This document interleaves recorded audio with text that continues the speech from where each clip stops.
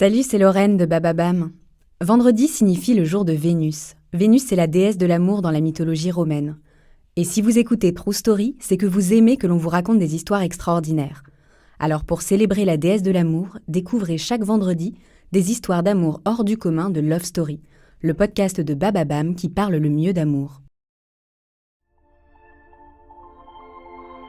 S'il y a bien un groupe qui a compté dans mon enfance, c'est les Destiny's Child. Ces jeunes femmes, belles, fortes, portées par Beyoncé Knowles. Le temps a passé, mes goûts musicaux ont changé, les Destiny's se sont séparés et Beyoncé est devenue Madame Carter. Carter comme Sean Corey Carter ou Jay-Z. Aujourd'hui, Beyoncé et Jay-Z, c'est un empire, c'est une marque, c'est des concerts à guichets fermés et des clips percutants. C'est un peu comme une famille royale de la pop culture, respectée et jamais contredite. Mais que dire de leur amour dans tout ça? Que sait-on de ce couple très protecteur de sa vie privée? Comment expliquer sa longévité dans un milieu du show business où les couples sont souvent éphémères? Une histoire de collaboration, de secret et de pardon. Une histoire d'amour.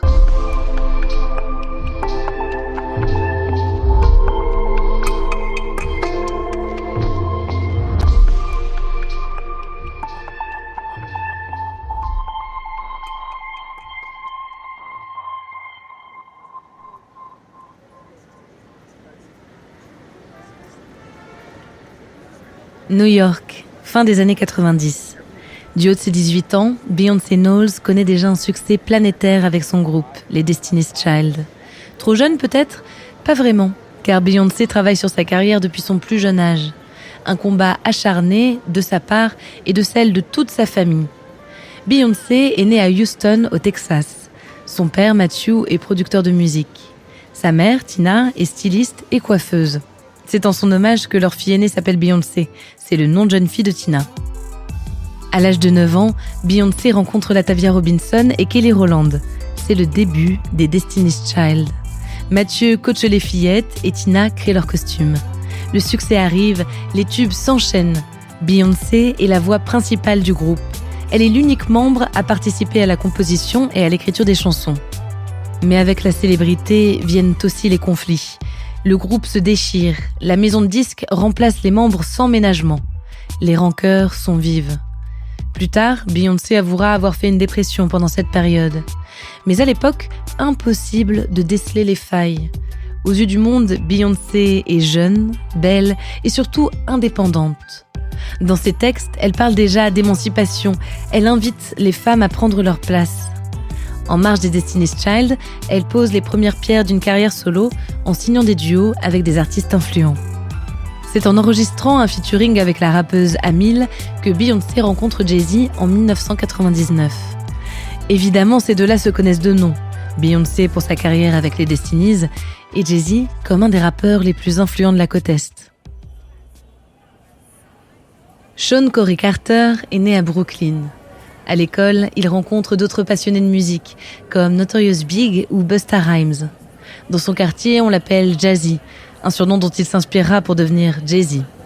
Dans ses chansons, il raconte son quotidien, la musique, le trafic de drogue, les doutes et les espoirs.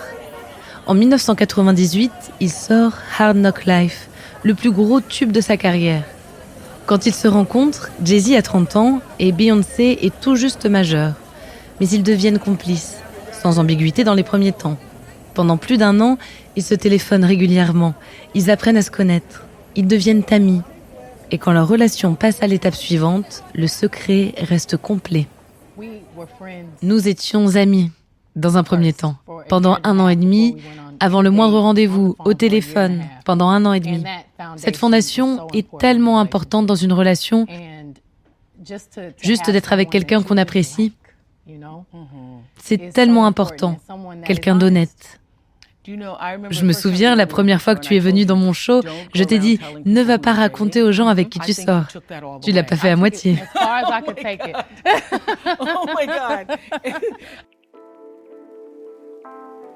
Le secret, encore et toujours, pour préserver leur couple. En 2002, Beyoncé et Jay-Z se montrent pour la première fois ensemble. Pas en tant qu'amants, mais comme 2 artistes qui collaborent. sur le titre Bonnie and Clyde de Jay-Z, puis sur l'ensemble de l'album Dangerously in Love de Beyoncé, dont le titre Crazy in Love les hisse au rang de duo mythique. Parfois, ils se montrent à des matchs de basket et à des concerts ensemble, mais les tabloïds ont beau les scruter, rien ne les trahit. Pas un regard, pas un geste. Ce n'est qu'en 2004, soit 4 ans après le début de leur relation, qu'ils font leur première apparition officielle aux MTV Video Music Awards. Quand ils se marient en 2008, c'est dans le plus grand secret. Seuls 40 proches assistent à la cérémonie dans l'intimité de leur appartement new-yorkais. Ce n'est qu'en 2014, à l'occasion de leur tournée, qu'on découvre des images de l'événement. Car s'il est un endroit où Jay-Z et Beyoncé se montrent, c'est bien sur scène ou dans leurs clips. En fait, partout où ils sont portés par leur création commune. Ensemble, ils sortent des chansons, des albums, ils partent en tournée dans le monde entier. Leurs concerts sont des shows grandioses qui réunissent des milliers de spectateurs. On l'appelle Queen Bee et lui, The King of New York. Des monarques culturels dont l'influence est indiscutable. En 2018, dans le clip Dave Shit, ils investissent le musée du Louvre. Dans l'ancien palais des rois de France, ils posent, stoïques, devant les plus grands tableaux de maître. Ils sont une œuvre à part entière. Leurs danseurs investissent les couloirs et les escaliers. Beyoncé et Jay-Z accomplissent un coup d'éclat majeur. Afficher une culture noire, afroféministe, urbaine, en plein cœur d'une des plus grandes institutions du patrimoine universel. Le couple semble si puissant qu'on en vient à douter. Est-ce que tout cela n'est pas qu'une question de marque, de business ? Leur image est si contrôlée. Mais parfois, le couple de pouvoir tressaillit et devient du même coup plus humain. En 2016, dans plusieurs chansons de son album Lemonade, Beyoncé évoque les infidélités de son compagnon. Les rumeurs vont bon train jusqu'à ce que Jay-Z avoue publiquement ses erreurs. Désormais, le couple s'affiche uni de nouveau, un couple qui s'est battu pour que les choses s'arrangent. Sois un homme, sois fier, ne pleure pas. J'ai une femme magnifique qui est compréhensive et qui savait que je n'étais pas la pire version de moi. On a travaillé dur, on est allé en thérapie. Et vraiment, on s'aime. Et aussi, on travaille ensemble depuis des années. Je suis fière du père et du mari que je suis aujourd'hui.